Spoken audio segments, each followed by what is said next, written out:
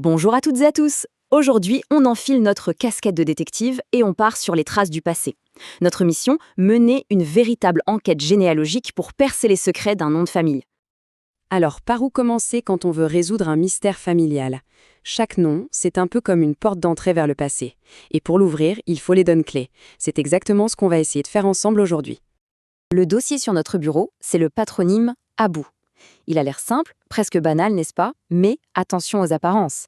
C'est justement cette simplicité qui va nous emmener sur des pistes historiques et géographiques qu'on n'aurait jamais soupçonnées. Bon, comme dans toute bonne enquête, on commence par le commencement, l'origine du nom. D'où vient-il? Que signifie-t-il? C'est notre première piste à creuser. Et le premier indice nous mène tout droit vers la langue arabe. Abou, ça vient de Abou, un mot qui veut dire père de. C'est une façon très courante dans le monde arabe de désigner quelqu'un, souvent par rapport à son fils aîné. Mais l'énigme est loin d'être résolue avec ça. Et là, attention, c'est le détail qui change tout. Il faut bien faire la différence entre ABU et ABOU. ABU, c'est le terme générique. ABOU, avec ce O, c'est la version francisée, celle qui est devenue un nom de famille fixe, un patronyme. Et ce détail est crucial car il nous oriente vers des communautés bien spécifiques. Les communautés juives séfarades du Maghreb. Et comme tout bon suspect, notre nom a des alias. Les plus fréquents sont Abébou ou encore Banabou.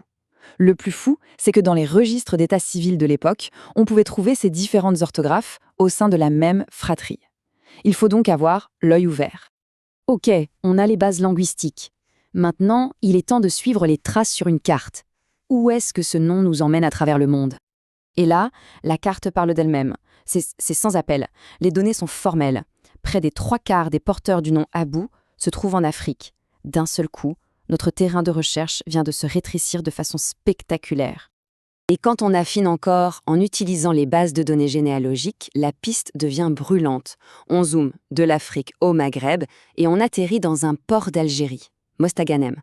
C'est notre épicentre. C'est là que tout semble converger. Mostaganem, c'est donc là que se concentre notre enquête.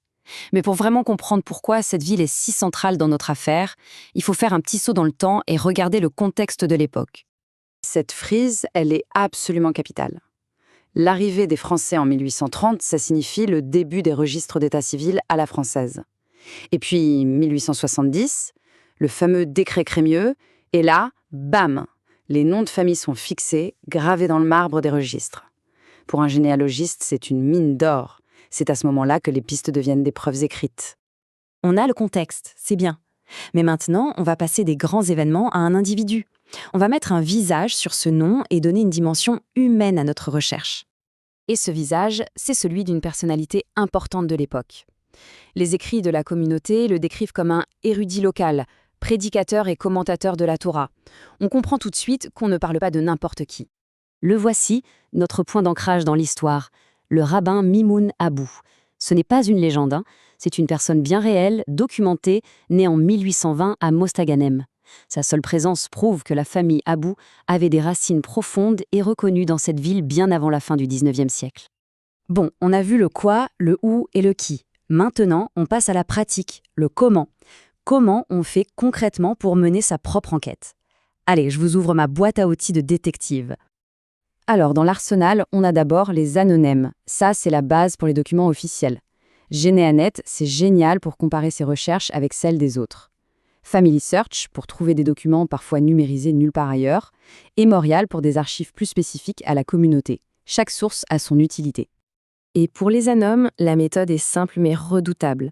1. On choisit la commune, donc ici Mostaganem. 2. On recherche le nom Abou, mais aussi toutes ses variantes, très important. Et 3. On filtre par type d'acte et par période. C'est une approche systématique qui donne presque toujours des résultats. Allez, pour finir, quelques astuces de pro. Des petits secrets de fabrication qui peuvent vraiment débloquer une enquête quand on a l'impression d'être dans une impasse. On ne le répétera jamais assez, il faut être souple avec l'orthographe.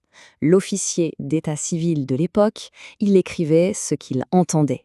Un abou sûr sur un acte de naissance pouvait donc très bien devenir un abébou sur l'acte de mariage de la même personne. C'est la même famille. Il faut donc penser à chercher large. Ça, c'est une technique de détective de première classe. Ne jamais, jamais négliger les témoins sur les actes. Ils ne sont pas là par hasard. Ce sont les oncles, les beaux-frères, les voisins, les associés. Analyser leurs noms, c'est comme dessiner la carte de tout le réseau social et familial de nos ancêtres. C'est une mine d'or. Et justement, en parlant de réseau, à Mostaganem, on retrouve souvent les mêmes familles alliées qui gravitent autour des Abous. Si on tombe sur un acte d'un Abou avec un témoin qui s'appelle Amar, Sarfati ou Pérez, eh bien, c'est un excellent signe. Ça veut dire qu'on est sur la bonne piste, dans le bon cercle. Finalement, cette enquête sur le nom Abéaou, ce n'est qu'un exemple. Un exemple de tout le potentiel qui se cache derrière chaque patronyme. Chaque nom de famille, c'est une affaire non classée qui ne demande qu'à être ouverte. Une porte vers des voyages et des histoires inattendues.